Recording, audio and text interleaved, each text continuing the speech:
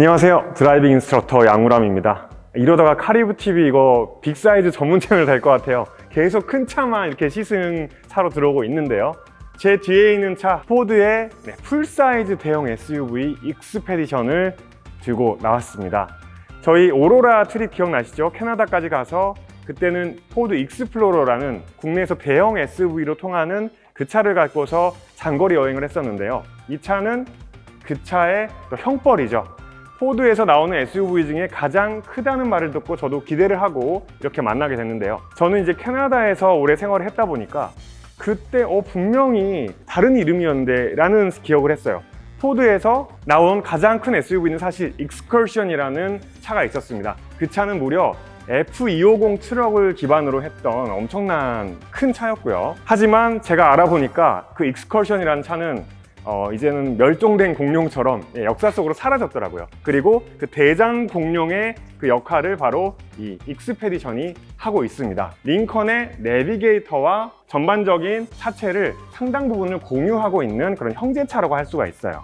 그러면 이거 내비게이터 민생 버전 아니야? 하실 수도 있지만 제가 살펴보고 타본 바로는 분명히 익스페디션만의 또 장점이 있는 그런 차입니다. 빅사이즈를 미국에서 아주 많이 만들어 온, 그리고 만들고 있는 포드의 노하우 한번 저랑 같이 알아보도록 하겠습니다. 제가 지금 걸음걸이를 세볼 건데요. 자, 앞범퍼 라인에서부터 걸어보겠습니다. 인스트럭터가 걸음걸이가 되게 중요합니다. 3, 4, 5, 6, 7 하고 발 하나가 더 있어야지 이 길이가 끝납니다. 무려 5,758mm예요. 5m가 넘는 길이면 엄청나게 이제 큰 차에 속한다라고 말씀을 드리곤 했는데 이 차는 7걸음. 크기에 대한 이 감각이요. 높이가 상당히 중요합니다. 높이가 높은 차는 확실히 도로에서 봤을 때 낮은 차가 보기에는 정말 어마무시해 보이거든요. 이 차 높이 1945mm입니다. 내비게이터가 1940mm였는데 그것보다도 5mm가 더 높아졌어요. 아마도 이 루프 레일의 디자인 때문이 아닌가 싶은데 이렇게 천장을 보려면 점프를 해도 잘 안 보일 정도의 그런 차입니다. 폭은 당연히 2m가 넘습니다. 국내에는 소개된 적이 없는데 전에 포드에서 플렉스라는 외건을 만든 적이 있었는데 상당히 미래적인 디자인으로 각광을 받았었는데요. 그 차에서 좀 느꼈었던 좀 미래적인 그런 디자인 디테일들을 많이 갖고 있습니다. 이 차에서 좀 감동을 받았던 부분이 보통 이렇게 이제 뚫려 있는 듯 하면서도 이 부분 안에다가 막혀 있다든지 아니면 기능적으로 아무런 기능을 하지 않게끔 만들어 놓는데 보시면 이 전체적인 이 면적이 다 이 에어 채널링이 사용이 되고 있어요. 그래서 뒷부분에 에어 커튼 역할을 하는 구멍으로 바람이 나가도록 만들어져 있는데 그 외에는 가짜 그릴이라든지 가짜 트림이라든지 이런 부분이 없습니다. 아래 보이는 토훅 이러한 부분도 확실히 기능을 하기 위한 그런 디테일들이죠. 에어댐이 이렇게 부드러운 연질 고무의 재질로 이렇게 준비가 되어 있는데요. 이러한 부분 역시 실질적으로 트럭이라든지 대형차에서 특히 미국 차들에서 고속도로 연비를 좀 좋게 하기 위한 공기를 좀 정류시키고 필요 없는 이런 와류를 좀 무마시키기 위한 용도로 마련이 되어 있기 때문에 확실히 이 재질만 봐도 그 디자인만 봐도 실용성에 상당히 차가는 그런 차다라는 부분을 살펴볼 수가 있었고요. 그릴을 자세히 보면 액티브 그릴 셔터, 그래서 필요 없을 때는 그릴을 닫은 채로 주행을 하게끔 되어 있습니다. 한마디로 군더더기 없고 상당히 실용적인 디자인이다. 분명히 이 차는 실제로 담백하고 좀 실용적일 것이다 라는 기대를 하게 합니다. 익스페디션 역시 22인치고요. 타이어 사이즈도 285, 45, 22로 내비게이터와 같은 휠 타이어의 사이즈를 가지고서 나왔습니다. 특히 이 옆에 플래티넘이라는 엠블럼이 있는데 익스페디션 중에서 가장 위급이에요. 상당히 각진 스포일러가 또 위쪽에 준비가 돼 있습니다. 마치 그냥 네모네모로 그려놓은 것 같은 아주 기능에 충실한 그런 디자인인데요. 익스페디션은 알면 알수록 프로 견인을 타고 다니시는 분들을 위해서 최적화된 그런 차인데요. 이 차에는 아직 토우 위치가 장착은 되어 있지 않지만 뭔가 있을 것 같아요. 제가 한번 뜯어보겠습니다. 이 안에 뭐가 숨어 있는지. 바로 토우 위치가 이렇게 하단부에 이렇게 볼품없이 튀어나와 있는 게 아니라 범퍼에 이렇게 말끔하게 숨겨져 있다는 거. 그래서 사용하지 않을 때는 커버링을 할 수 있겠죠. 이 토우 휘치 옆에는 이쪽 보시면 커넥터가 이제 2개가 마련이 돼 있어요. 자, 운전석 문을 이렇게 열게 되면 전동식 파워보드 도어 스텝이 이렇게 아주 튼튼하게 저를 맞이를 해주고요. 제 이제 눈에 좀 보였던 거는 역시 이런 가죽 마감이 그래도 플래티넘 트림다운 그런 마감으로 잘 되어 있고요. 도어를 작동하는 핸들을 보면 어디서 많이 봤다 했더니 내비게이터와 같은 방식입니다. 클래식하면서도 유니크하기 때문에 덩치만 큰 차가 아니라 특별한 차를 타고 있다는 만족감을 좀 주고요. 내비게이터에 있었던 이 브레이크 페달의 위치를까지 세밀하게 조정할 수 있는 그러한 기능 역시 익스페디션에서 이제 구현을 하고 있습니다. 이게 뭔가 했더니 가운데 버튼을 누르면 마사지가 시작이 됩니다. 그래서 내비게이터의 이러한 프리미엄의 감성이 그래도 많이 여기저기 녹아 있다라는 것을 알 수 있는 그런 부분이에요. 시동은 버튼 타입으로 이루어져 있고요. 지금 이제 시트가 제가 미리 맞춰 놓은 포지션으로 옮겨졌는데, 한 가지 제가 이 차에 처음 타가지고 시트를 맞추면서 저도 모르게 높이게 되더라고요. 아무래도 헤드룸의 공간도 워낙 키가 큰 차다 보니까 충분하지만 도로에서 저도 모르게 큰 차를 타다 보면은 이제는 좀 내려보는 거에 더 이 맛을 들이게 된다고 할까요? 이제 센터 부분을 보시면 그래도 익스페디션도 프리미엄이다 라는 부분을 좀 보여주는 부분들이 보여요. 이 차의 실내에서 유일하게 우드의 재질을 보여주는 게 센터 콘솔 부분인데, 그래도 나름 이 오픈포어라고 하죠. 표면이 이렇게 구멍이 숭숭숭 뚫려 있는 실제 나무의 그 느낌을 그대로 주는 그러한 센터 콘솔, 충분한 수납 공간을 보여주고 있고요. 이곳을 보시면 어디서 많이 본 오디오 회사의 로고가 보이죠. 뱅앤올룹슨 오디오가 탑재가 되어 있다는 것을 알 수가 있습니다. 프리미엄은 여기까지라고 하겠습니다. 어디까지나 포드죠. 일부 이러한 컨트롤러를 보면 트럭의 향기, F150을 베이스로 한 차이다 보니까 이러한 부분은 트럭에 좀 향기가 남아있긴 합니다. 이 차의 실내를 얘기할 때 단순, 명료, 대담이라고 말을 하고 싶어요. 상당히 단순하고요. 명료하다는 얘기는 요즘에 정말 이 정도로 큰 사이즈의 폰트를 이 차에서 쓰던가 생각이 들 정도로 정말로 명료하고요. 오른쪽을 보시면은 이게 뭘까요, 여러분? 뭔가 엄청난 것이 들어있을 것 같은데 열면 그냥 12V 소켓입니다. 뭐든지 큼직큼직해요. 글러브 박스는 상단 그리고 하단 이렇게 나누어져 있고요. 1단, 2단, 3단으로 수납 공간이 만들어져 있다는 걸 볼 수가 있습니다. 이 센터 콘솔은 위쪽으로 쑥 올라와 있습니다. 그래서 이렇게 스티어링 휠을 제가 사뿐히 이렇게 잡았죠. 느긋하게 스티어링 휠을 이렇게 잡고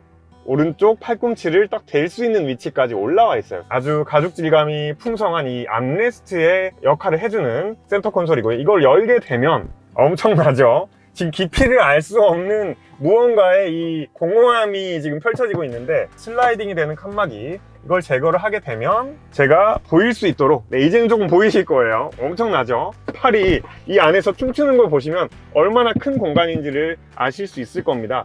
이 안에 한 2리터짜리 음료수 병을 넣게 되면 한 10개는 들어갈 것 같은 그 정도의 사이즈를 보여주고 있습니다. 그리고 이 센터 콘솔에는 이제 드라이브 모드, 그리고 구동 방식 2륜, 4륜, 4륜 로우, 자동 파킹, 그리고 파킹 센서, 그리고 다이얼 방식의 기어 셀렉터가 이렇게 자리를 하고 있어요. 제가 좀 강조하고 싶은 그런 기능 2가지만 좀 말씀드리고 싶어요.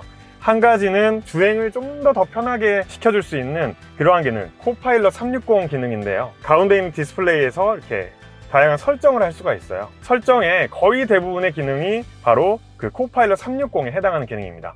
바로 사각지대에 대한 경고를 할 것인지 안 할 것인지, 후측방 경고 마찬가지죠. 그리고 역시나 운전자에 대한 경고 할 것인지, 충돌 대비로 들어가면 액티브 브레이크가 있다는 것을 아실 수가 있겠죠. 경고 민감도 역시 선택할 수가 있습니다. 크루즈 컨트롤 역시 어댑티브 크루즈 컨트롤이 들어가 있네요. 이 어댑티브 크루즈 컨트롤은 스티어링의 휠의 왼쪽 하단부에 있는 컨트롤러로 조정을 할 수가 있습니다. 차간거리 조정할 수 있게 되어 있죠.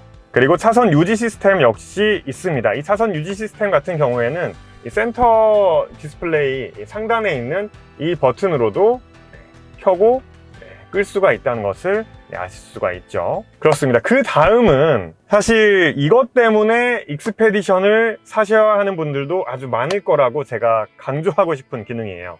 이 기능은 이 디스플레이에서도 볼 수 있지만 우측에 있는 이 부분, 바로 프로 트레일러 백업 어시스트라는 기능, 그리고 트레일러 브레이크의 개인 컨트롤할 수 있고 손으로 브레이크를 잡을 수 있는 그러한 트레일러를 위해서 만들어진 그런 기능이에요. 견인이라는 메뉴가 따로 있죠. 한마디로 이 차는 뒤에 뭔가를 매달기 시작했다 이미.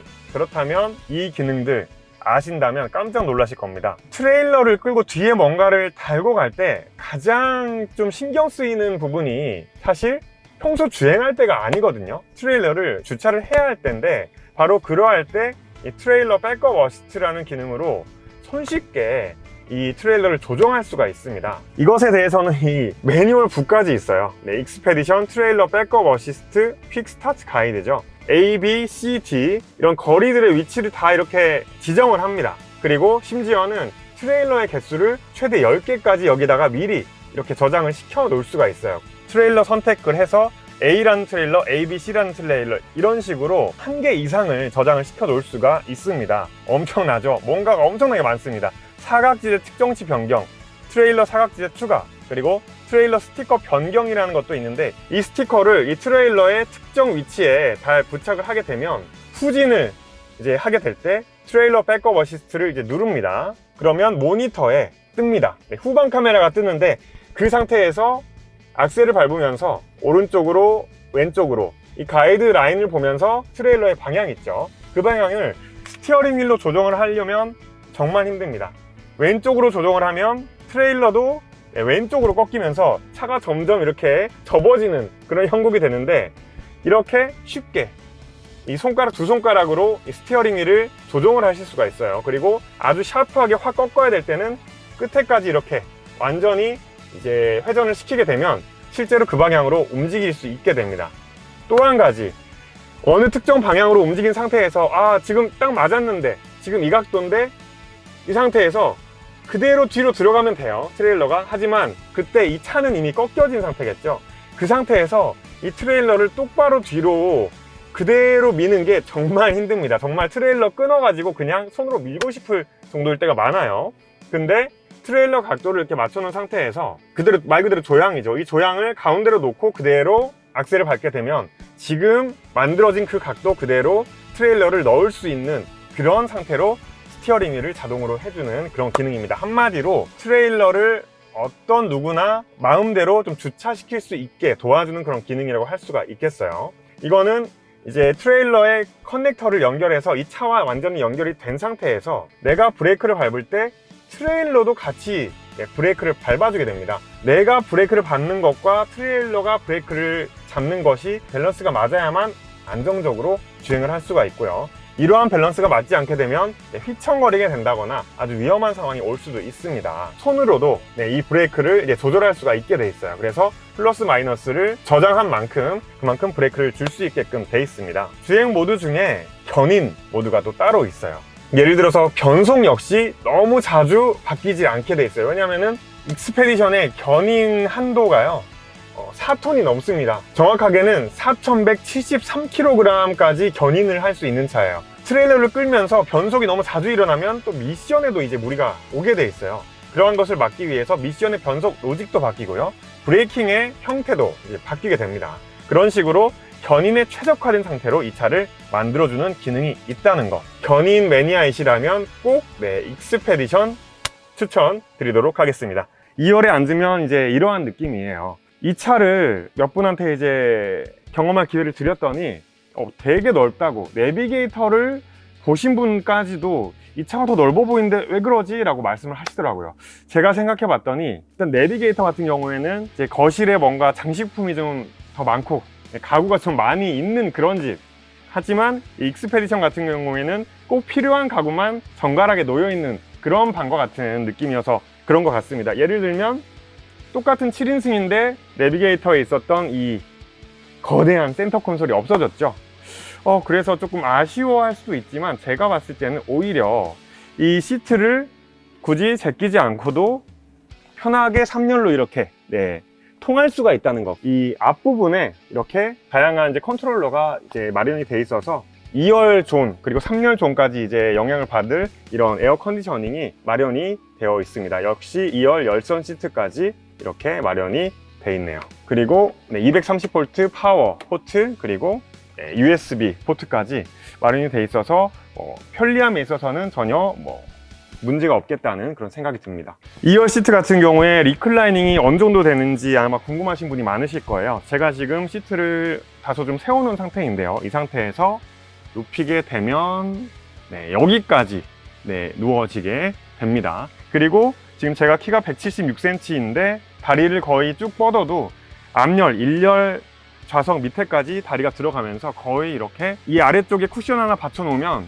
아주 편하게 잠자면서 여행을 할 수 있을 것 같은 그러한 구조로 되어 있습니다. 그리고 이렇게 2열에 누워 가지고 시선을 앞으로 두게 되면은 파노라믹 비스타 선루프가 눈에 들어오고요. 그리고 제가 2열에 앉아서 이것저것 살펴보다가 깜짝 놀란 게 안전벨트인데요. 여러분 이런 안전벨트 국내에서 보신 적 있으십니까? 깜짝 놀랐습니다. 이거 안전벨트 아니고 다른 용도 아닌가 싶을 정도였고요. 이 스트랩의 튼실함 어떠신가요? 우리 아이를 잘 보호해 줄 것 같다라는 생각이 확신이 드는 그런 안전벨트이고, 체결 부위 역시 일반적인 차량은 확실히 다릅니다. 정말 헤비 듀티예요, 헤비 듀티. 그럼 3열로 휙 제가 들어왔습니다.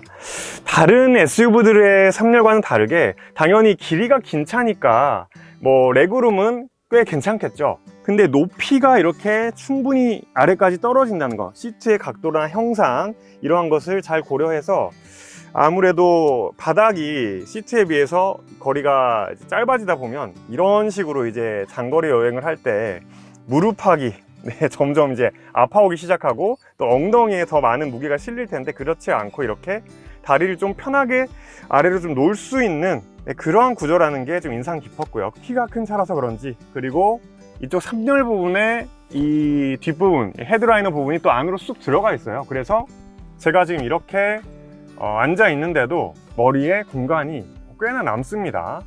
성인 남성이 3열에 앉아서 가도 그래도 별 불편이 없겠다는 그런 정도의 높이가 또 장점이겠습니다.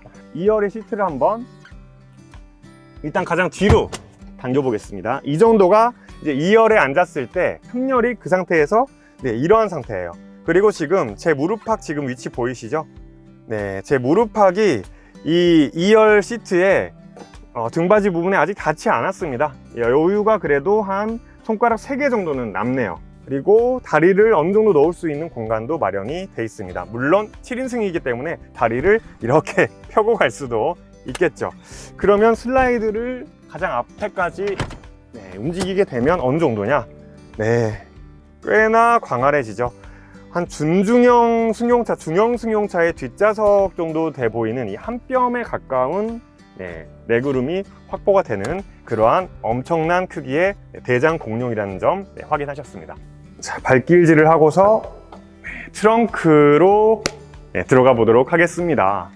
지금 현재는 3열 시트가 그대로 서 있는 상태이고요. 그 안에는 카고 매니지먼트 내비게이터와 동일하게 이렇게 마련이 되어 있습니다. 그래서 아이들 공이라든지 아니면 간단한 배낭이라든지 이렇게 구성을 해서 이쪽 공간에 다 차곡차곡 쌓아 놓을 수가 있겠네요. 전집도 쫙 깔아 놓을 수 있을 것 같은 그러한 넓이의 트렁크입니다. 내비게이터 마찬가지로 전동으로 움직이고요. 헤드레스트가 또 접어졌죠. 그리고 바로 2열 가보겠습니다. 샥! 평탄화가 됐어요. 2열에 센터 콘솔이 없다 보니까 저곳에 이제 상자 같은 거 하나 놓고 쿠션 쫙 깔면 완전히 평탄화가 되겠죠. 2열을 눕힌 상태에서 다시 세우려면 이걸 이제 힘으로 해야 되거든요. 근데 이제 제 지인의 표현에 따르면 개되다라고 표현을 했을 정도로 상당히 힘듭니다. 자, 익스페디션이라는 이름이 이제 탐험을 의미하거든요. 자, 이 공룡, 대장 공룡과 함께 제가 짧은 탐험 한번 나가보도록 하겠습니다. 이 엔진은 3500cc V6의 트윈 터보 405마력 그리고 66kg 토크를 가지고 있습니다. 그리고 제가 이제 스티어링 휠을 돌리는 거를 보시면서 아마 느끼셨을 텐데요. 내비게이터와 마찬가지로 거의 락투락이 4바퀴 가까이 되는 거의 3.6바퀴, 3.7바퀴가 되는 상당히 긴 스티어링 레이시오를 갖고 있어서 사뿐하고 부드러운 이제 주행을 이제 어느 누구든지 이 차를 가지고 할 수 있게끔 그렇게 돼 있습니다. 급격하게 움직여도 자 보이시죠? 롤은 있지만 차의 방향이 그렇게 이 정도의 움직임으로 팍팍 바뀌지를 않아요. 이게 오히려 이렇게 큰 차에서는 장점이죠. 아까 제가 오프닝 때 말씀드렸던 차 익스컬션이라는 원래 대장 공룡이죠. 오리지널 대장 공룡 SUV가 V10 엔진을 넣은 모델도 있었어요. 그 엔진의 출력이요 362마력에 63kg 토크 정도밖에 안 됐습니다. 즉 마력이랑 토크랑 다 지금 이 6기통 터보 엔진이 더 센 거예요. 그리고 제가 트윈 터보라고 말씀을 드렸는데 이 포드 에코부스트 3.5 트윈 터보의 엔진에 달린 터보가 완전히 뭐 같은 건 아니지만 보르그바너 이 K03 터보예요. 근데 K03 시리즈 하면은 뭐 골프 GTI, 뭐 미니 쿠퍼 S 뭐 이런 차들에 쓰였던 그런 터보가 2개가 달려 있다는 거. 네, 충분하고 넘칠 수밖에 없겠죠. 자, 오르막 한번 올라갑니다. 와! 네, 충분합니다. 제 표정이 설명을 다 해드렸을 것 같아요. 주행 모드는 제가 지금 일반 모드로 해놓은 상태이고요. 지금 비가 오고 있기 때문에 4휠 오토로 바꿨습니다. 분명 22인치 휠이고 승차감에 있어서 불리할 수밖에 없어요. 그리고 내비게이터에서 사실 제가 단점으로 아직까지 좀 기억이 남는 것이 짧은 요철을 넘을 때 그 충격이 상당했거든요. 근데 분명 같은 사이즈의 휠 타이어를 가지고 있는데 이렇게 다르다? 아마도 한 가지 이유는 지금 이 차에 장착된 타이어가 그 타이어보다 아무래도 무른 타이어인 것 같아요. 왜냐면 지금 타이어의 패턴도 그렇고 메이커 자체가 한국 타이어로 지금 장착이 되어서 이 차에 달려 나오는데 한국 타이어의 특징이 사이드홀이 아주 무르죠. 그래서 내비게이터든지 익스페디션이라든지 타이어를 좀 사이드홀이 좀 부드러운 타이어로 바꾸게 되면 꽤나 시내에서도 불편함을 많이 줄일 수 있지 않을까, 네, 그런 생각을 해봤습니다.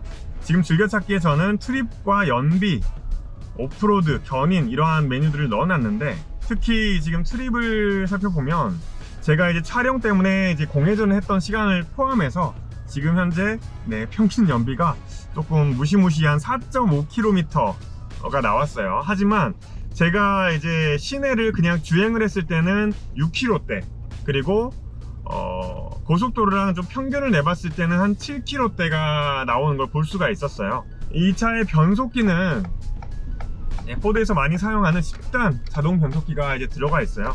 특이한 점은 다이얼 방식 기어 셀렉터에 밑에 마이너스 플러스가 큼지막한 정말 한 요정도 크기가 되는 이 버튼이 달려 있는데요. 네, 수동 모드 기어 변속이었습니다. 그래서 수동 모드 M을 누르면 이제 수동 모드로 바뀌어요. 지금 계기판에도 그래서 M6라고 이제 표시가 됐는데 그 상태에서 마이너스 하면 누르면 5단, 4단 네, 이렇게 기어가 넘어가는. 그리고 또 한 가지 지금 재밌는 점인데 엘리베이터 숫자 표시된 것 같은 1, 2, 3, 4, 5, 6, 7, 8, 90 이라고 표시가 돼요. 그래서 1단이죠. 자, 갑니다. 엘리베이터 도착. 자, 1층, 2층, 3층, 네, 4층 올라가겠죠. 네, 고객님 몇 층까지 가시나요? 상당히 재밌는 부분이에요. 10단 미션이라는 걸 좀 강조하고 싶었다는 듯이 이렇게 표시를 해주는 게 또 한 가지 특징입니다. 실제로 주행 모드 역시 뭐 에코, 스포츠, 견인, 그리고 이제 진흙 비포장부터 시작되는 다양한 오프로드에 이제 맞춤이 되는 그런 주행 모드가 존재를 하고, 실제로 이렇게 이제 디퍼런셜 락이 되는 이런 모드로 바꾼 상태에서는 이제 핸들을, 스티어링 휠을 꺾고 풀악셀을 밟는다거나 하면 덕덕덕 하면서 확실히 자동 제한 장치가 작동을 하는 그런 모습을 볼 수 있는 것이 이 바디온 프레임 트럭 기반의 대형 SUV로서의 또 특징을 보여주는 부분이에요. 이 급의 SUV를 국내에 소개한 게 제가 봤을 때는 포드가 처음이 아닌가 싶어요. 제가 지금 운전하고 있는 것처럼 사실 편하게 다닐 수 있어요. 그리고 점점 차가 시대를 거듭할수록 커지는 것이 트렌드이다 보니까 전에는 좀 부담스러웠던 이런 풀사이즈 대형 SUV도 이제는 길에서 봐도 뭐 그럴 수 있겠구나 한 시대가 왔어요. 운동장 같은 차를 8,210만원으로 우리 집 버스로 만들 수 있고요. 뭔가 이제 보디가드 같은 존재를 집에 들이는 것 같은 그런 기분을 누릴 수 있는 차다. 그런 생각이 들었습니다. 여기까지 카리브TV 양우람 인스트럭터였습니다.